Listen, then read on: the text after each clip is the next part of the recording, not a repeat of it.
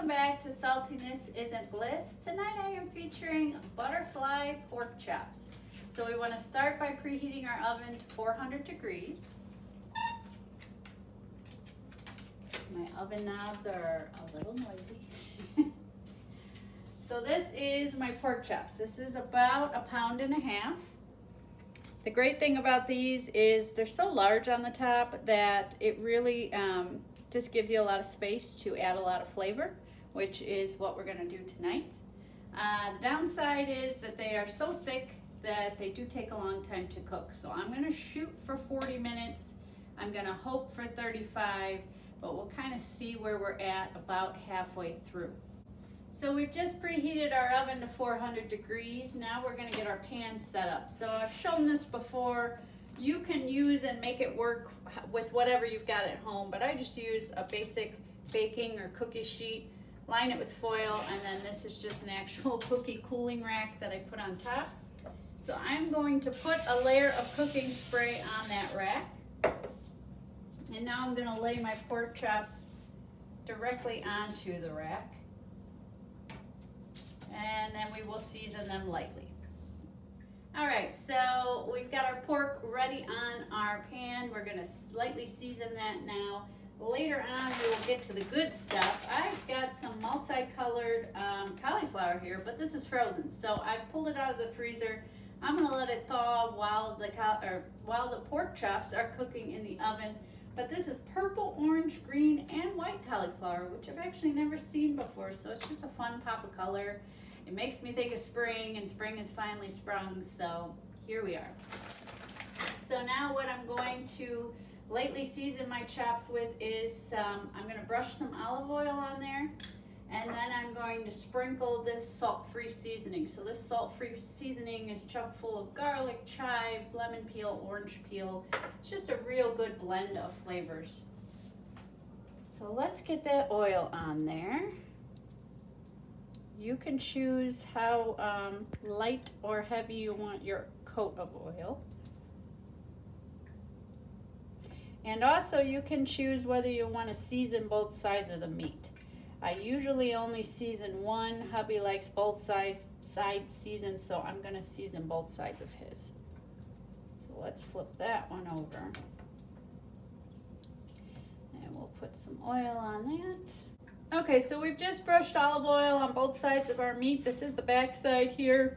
I'm going to put a light coat of that salt-free seasoning on one of the chops.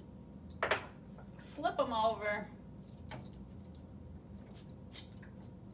And then season the other side. Again, the seasoning will be to taste, so as light or heavy as you prefer your seasoning to be. Kind of spread that a little bit, pat it down with your fingers just to help kind of seal it into the oil on the meat there, and spread it out a little more evenly.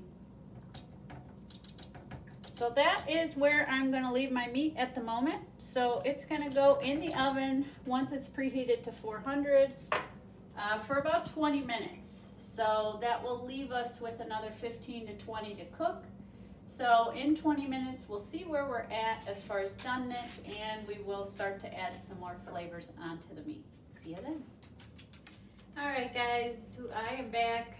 My pork chops are a little over halfway cooked. They are really looking good.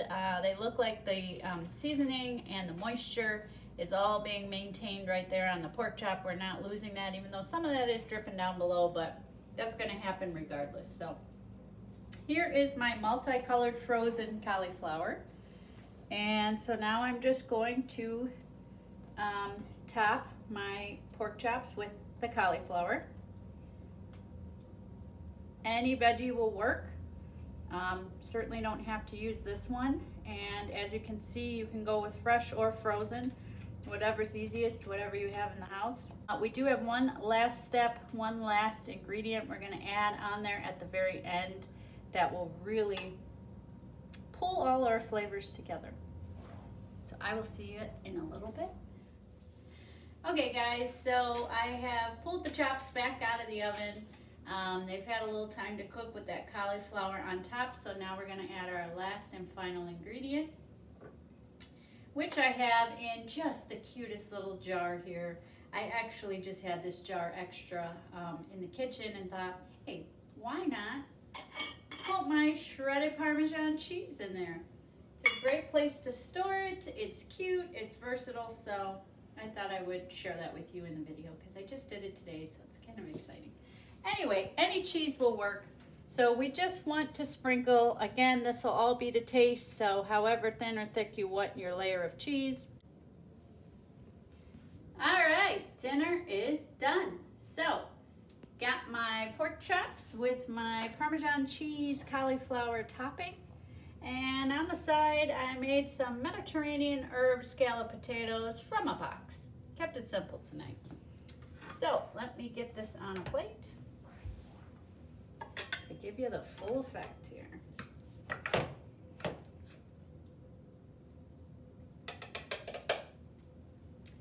There it is, guys. Dinner tonight. Thanks for watching. I will see you next time.